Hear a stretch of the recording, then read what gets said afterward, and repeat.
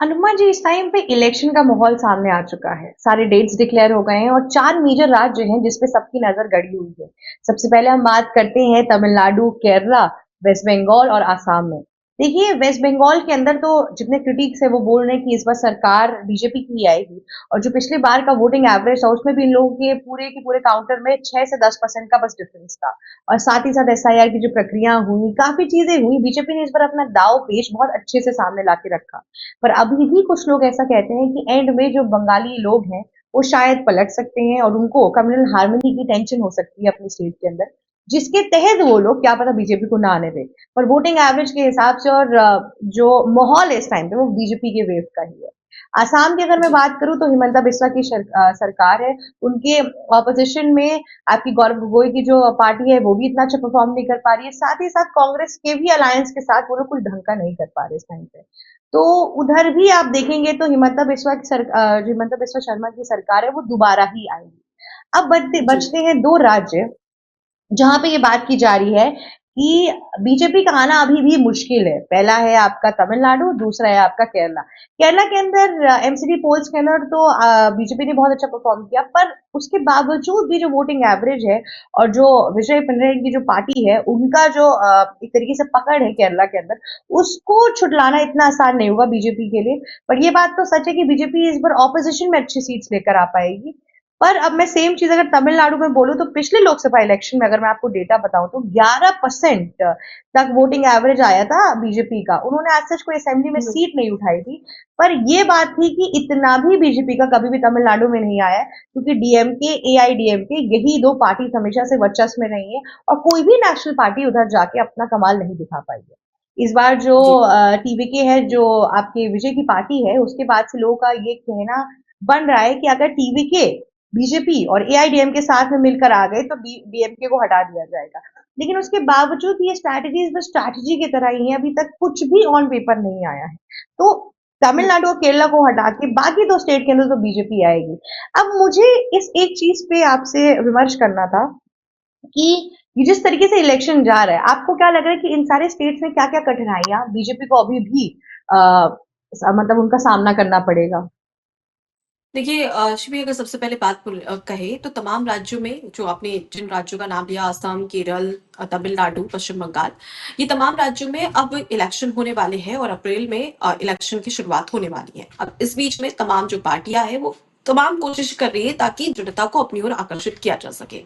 इसमें अगर हम देखें नॉर्थ इंडिया में या फिर अगर हम बात करें उत्तर भारत की, तो वहां पर किस तरीके से बीजेपी का वर्चस्व है वो साफ तौर पर देखने को मिलता है। लेकिन अगर हम दक्षिण भारत की बात करें तो वहां पर बीजेपी लगातार कोशिश कर रही है कि किसी ना किसी तरीके से उसकी सरकार बन जाए, क्योंकि केंद्र में आपकी सरकार है, तमाम जो राज्य है वहां पर आपकी सरकार है, लेकिन साउथ में आपकी सरकार नहीं है। तो ऐसे में बीजेपी को वही बात खटक रही है और वो चाहती है कि आने वाले इलेक्शन में, चाहे हम सबसे पहले अगर बात करें पश्चिम बंगाल की, असम की तो बात आपने कह दी, क्योंकि असम में पहले से बीजेपी की सरकार है और मुख्यमंत्री हेमंत बिस्वा शर्मा लगातार कोशिश कर रहे हैं कि इस बार भी बीजेपी के पक्ष में ही वोट आए।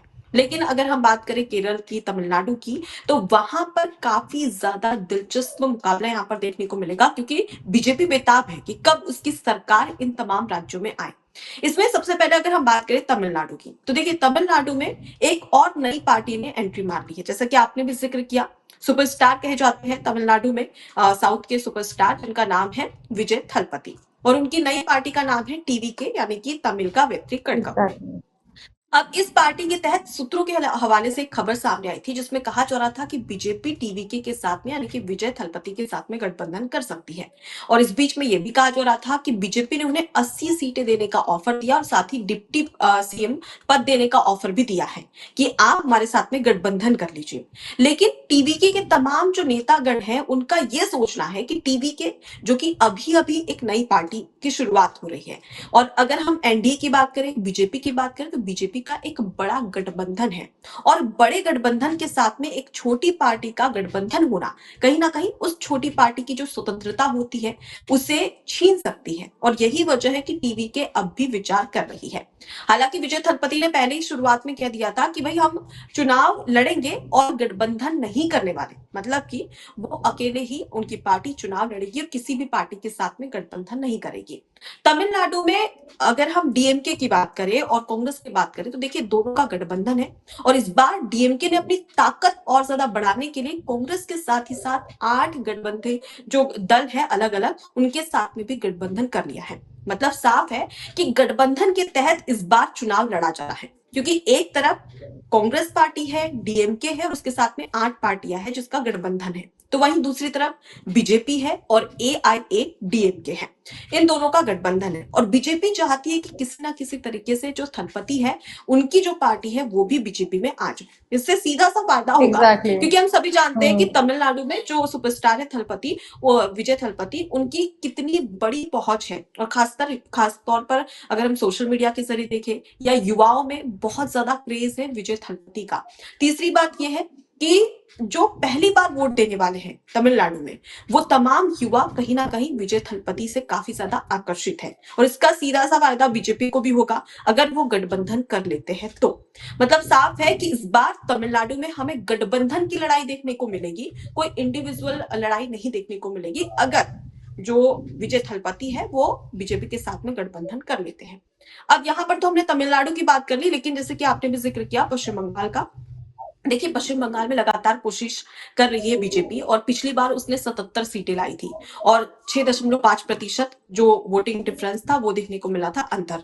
अब ऐसे में बीजेपी कोशिश कर रही है और खास तौर पर केंद्रीय गृह मंत्री अमित शाह ने सीधे तौर पर पश्चिम बंगाल में ये कहा था कि भाई इस बार हमारी सरकार बनने वाली है, चाहे कुछ भी कर ले, कितनी भी चीजें हो जाए लेकिन तब भी बीजेपी की सरकार बनेगी। और इसमें सबसे महत्वपूर्ण अगर काम की बात करें, सबसे महत्वपूर्ण मुद्दा बात करें तो ये मुद्दा था एसआईआर का और एसआईआर के तहत उसने काम भी किया। एसआईआर के तहत कई ऐसे बांग्लादेशी घुसपैठिए थे जो बांग्लादेश से बाहर हो चुके और अभी भी वो कोशिश चल रही है, तो ऐसे में कहीं ना कहीं बीजेपी को इसका यहाँ पर बड़ा फायदा होगा।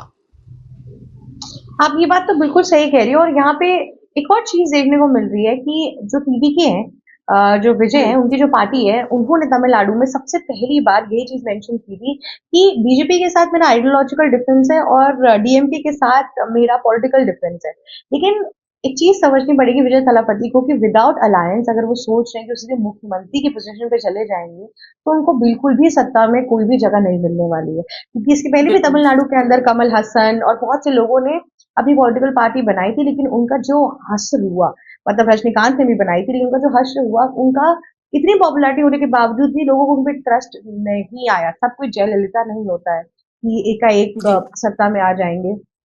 तो यहाँ पर मुझे लग रहा है कि विजय थलापति का जो मेजर और एआईडीएमके का जो मेजर एक कहते हैं ना एक केंद्र होता है, वो ये होना चाहिए कि डीएमके को कैसे हटाया जाए। बीजेपी इस टाइम पे मुझे लग रहा है इस पूरे इलेक्शन के अंदर बस यही फोकस कर रही है कि डीएमके को पहले मैं हटा दूं, फिर एआईडीएमके, टीवीके और बीजेपी साथ में मिलकर अलायंस में रहेंगे, उसके बाद बिल्कुल जैसे ठीक कहा बिहार के शिवी अंदर। आपने, क्योंकि इससे हाँ, पहले भी विजय थलपति ये बोल चुके हैं कि हमारी लड़ाई सीधे डीएमके के साथ में है। अन्य एग्जैक्टली। पार्टियों को तो वो अपना कॉम्पिटिटर बता ही नहीं रहे, वो सीधे कॉम्पिटिशन किससे कर हाँ, रहे हैं, डीएमके क्योंकि से। सबसे बड़ा कंपटीशन डीएमके है। जैसे आपको मैं एक चीज बताती हम्म हूँ कि जैसे आपने बिहार इलेक्शन में देखा, नीतीश कुमार ने इतने बार जेडीयू के सहित वो इतने बार उन्होंने कोशिश की, तब जाके इस बार इतने सालों बाद बिहार के इलेक्शन में उन्होंने इंडिविजुअली बीजेपी ने अच्छी खासी सीट पाई है।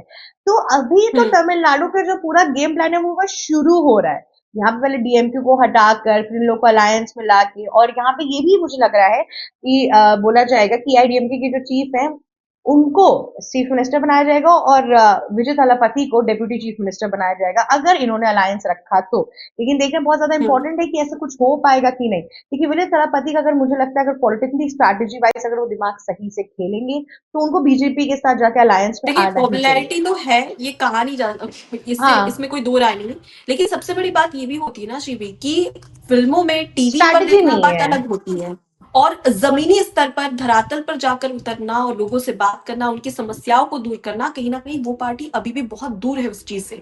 और अभी के अभी वो पार्टी का गठन हुआ, टीवीके का गठन हुआ है और अचानक से चुनाव हो रहे हैं और चुनाव के बाद आप ये कह रहे हैं कि मुझे डिप्टी सीएम का पद दे दीजिए या सीएम का पद दे दीजिए, तो ये तो अभी पॉसिबल नहीं होगा क्योंकि इस पर अभी भी विचार किया जाएगा। लेकिन सबसे बड़ी बात यह है कि अभी भी यहाँ पर जरूरत है टीवीके को कि धरातल पर उतरे जमीनी स्तर पर। और इसका सबसे बड़ा अगर बड़ी वजह अगर देखा जाए तो 2026 में जब तमिलनाडु में जो चुनाव होंगे और उसका रिजल्ट आएगा, उसके बाद पता चलेगा कि टीवीके की वाकई में स्थिति क्या है तमिलनाडु में। अभी तो सिर्फ बातें की जा रही है, और जो बाहर का जो शो ऑफ एक तरीके से कहते हैं ना, जो भीड़ है जनता की, जो हमने देखा कि विजय थलपति की रैली में भी देखने को मिली थी, सिर्फ उससे एक आकलन किया जा रहा है। क्योंकि हमने बिहार में भी देखा 2025 में जब विधानसभा चुनाव हुए थे, तो इस दौरान राहुल गांधी ने वोट अधिकार यात्रा निकाली थी, लाखों लोगों की भीड़ उसमें देखने को मिली थी। लेकिन कांग्रेस का हश्र क्या हुआ?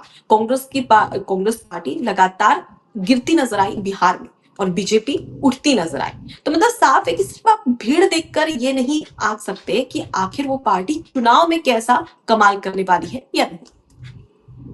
ये तो बात आप बिल्कुल सही कह रही हो, और साथ ही साथ तमिलनाडु के अंदर और केरला के अंदर बीजेपी एम भी नहीं कर रही है कि वो अपनी पार्टी को सबसे वर्चस्व मिल रहा है, ये सब कुछ। बीजेपी इन दोनों राज्यों में हम्म। ये एम कर रही है कि ये जो लॉन्ग रनिंग पार्टीज यहाँ पे जैसे डीएमके, वहां पे आपकी सीपीआईएम, ये जो दोनों पार्टीज है इनको हटाया जाए, ताकि औरों का नंबर अब लगे धीरे धीरे करके। उसके बिल्कुल। बाद से फिर बीजेपी के अलायंस के लोग आए, और प्लस देखिए एनडीए अलायंस में अगर टीवीके के जो मेंबर्स है, अगर वो लोग इंडिया अलायंस को ज्वाइन करेंगे तो लोकसभा इलेक्शन में हमें बहुत फायदा होगा। पिछली बार के लोकसभा जी। इलेक्शन में जैसे मैंने आपको बताया कि 11% सीट आई थी बीजेपी की, ठीक है, लेकिन अगर अलायंस में रखेंगे तो तमिलनाडु एक बहुत बड़ा राज्य है जिसने लोकसभा इलेक्शन को इन्फ्लुएंस किया था, और यहाँ पर इंडिया अलायंस की बिल्कुल जीत हुई थी, क्योंकि एम के स्टालिन की जो पकड़ है पॉलिटिक्स के अंदर तमिलनाडु के अंदर वो बहुत स्ट्रांग है। लेकिन अगर यहाँ पर अलायंस में बीजेपी ऑपोजिशन में भी आ गई ढंग से, और सीपीआईएम वगैरह हट भी गया, तो भी बहुत प्रॉफिट है मुझे लगता है लोकसभा इलेक्शन के लिए। जी। मुझे लग रहा है कि बीजेपी इन सारे राज्यों को सिर्फ स्टेट वाइज इलेक्शन या लेजिस्लेटिव असेंबली की तरह नहीं देखती है। मुझे लग रहा है यहाँ पर वो अगले लोकसभा इलेक्शन की तैयारियां कर रही है, क्योंकि और सब राज्यों में तो बिल्कुल। मैक्सिमम जगह पर उन्होंने अपनी फील्डिंग सेट करके रखी हुई है। उनको पता है कि यहाँ पे हम्म। मेरी मतलब इंडिया अलायंस के लोग हैं। पर ये जो चार राज्य है बहुत ज्यादा टिपिकल हो गए हैं, आसाम को छोड़ के, वेस्ट बंगाल वगैरह ये सब कुछ। तो देखते हैं कि सर बीजेपी किस तरीके से पूरे चीजों में रिएक्ट करती है, क्या अब करती मुझे है। लगता है कि अगर पश्चिम बंगाल की बात करें तो पश्चिम बंगाल में सिर्फ 19-20 का फर्क ही रहेगा, अगर रिजल्ट भी देखें तो हम। क्योंकि बीजेपी हाँ, काफी करीब है, 77 सीटें जीतना बहुत बड़ी बात होती है पार्टी के लिए। और उसके बाद में अब 2026 का पश्चिम बंगाल का विधानसभा चुनाव, तो अगर फर्क भी होगा अगर रिजल्ट में, तो वो सिर्फ 19-20 का फर्क होगा। अगर हम बात करें केरल की, तो केरल की राजनीति को लेकर आप क्या सोचती है कि वहां पर अगर विपक्षी दल के रूप में कांग्रेस वहां पर मजबूत पकड़ बनाए हुए है और कोशिश कर रही है कि वो भी सत्ता में आए, तो वहां पर आप क्या सोचती है कि बीजेपी को वहां पर लीड करना कितना मुनासिब हो सकता है? देखिए कांग्रेस का इस टाइम पे केरला के अंदर भी हालत कुछ बहुत अच्छा नहीं है, क्योंकि मणिशंकर अय्यर जो हम्म। कांग्रेस के बहुत बड़े नेता है केरला के अंदर, उन्होंने तो अपने हाथ खड़े कर हम्म। दिए। उन्होंने सीधा बोला कि इस बार भी विजय पिंडर की सरकार ही आएगी, और ऐसा एक नेशनल पार्टी के मेंबर को बोलना बहुत शोभा नहीं देता है, कि मतलब कि आपको भरोसा ही नहीं रह गया। और प्लस उन्होंने बहुत बार ये बोला है कि जो हमें ध्यान केरल में देना चाहिए, कांग्रेस पार्टी को ध्यान केरल में नहीं दे रही है। उनका कॉन्फिडेंस बिल्कुल लूज हो चुका है। फिर आपके वेणुगोपाल है, वो भी केरला के इलेक्शन में बहुत ध्यान दे रहे हैं, पर ये सब लोग जो ध्यान दे रहे हैं ये छुपता ही जा रहा है। मेन जो रनिंग कॉन्टेस्ट इस बार सामने आया है पालिका के इलेक्शन के बाद से, वो बीजेपी वर्सेस सीपीएम ही आया है। बाकी वहां पे और भी बहुत हम्म। लेफ्टिस्ट पार्टीज हैं, पर उनका भी एज सच कोई प्रचलन नहीं है। लेकिन यहाँ पे पिनरेर की सरकार आ भी गई तो भी बीजेपी बहुत अच्छा बहुमत में ऑपोजिशन लेके चली जाएगी। कांग्रेस एज सच नहीं है यहाँ पे। अब देखिए वायनाड से आपकी प्रियंका गांधी का इतनी मजबूती है, सब कुछ है, उसके बावजूद भी नगर पालिका इलेक्शन में एज सच कोई फायदा नहीं हुआ। शशि थरूर का हम्म। की जो कॉन्स्टिट्यूएंसी है त्रिवांद्रम में, उसमें भी कहाँ वो जीत पाए, कहाँ नगर पालिका हम्म। इलेक्शन में कुछ अच्छा परफॉर्म कर पाए। इनफैक्ट वो तो खुद ही हाँ। कॉन्ग्रेचुलेट कर रहे थे। तो कांग्रेस की हालत हम्म। जो केरल में वो भी खराब ही हो रही है, लोगों का कॉन्फिडेंस वहां पे नीचे गिरता जा रहा है, और ये बात किसी से छुपी नहीं है। प्लस बीजेपी ने इस बार बहुत अच्छा परफॉर्म कर लिया नगर पालिका इलेक्शन के अंदर। तो बीजेपी के जितने लीडर्स हैं, अपने जो छोटे दल के लीडर्स हैं, जो कॉन्स्टिट्यूएंसी जो चीजें हैं, लोगों को अब ये लगने लगा है कि हम बीजेपी को एक मौका दे सकते हैं।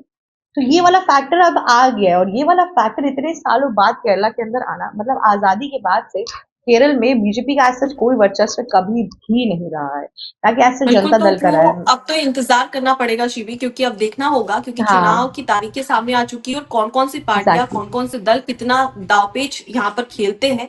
और कैसी सियासत देखने को मिलती है, वो देखना दिलचस्प होगा और उसके बाद जब रिजल्ट आएगा तो उसके बाद में स्पष्ट हो जाएगा कि किस पार्टी ने कितना कमाल किया और कितना नहीं और कितना काम करने की और ज़रूरत है। जी, ज़रूर। एबीसी हिंदी न्यूज़ आज ही जुड़िए हर खबर के साथ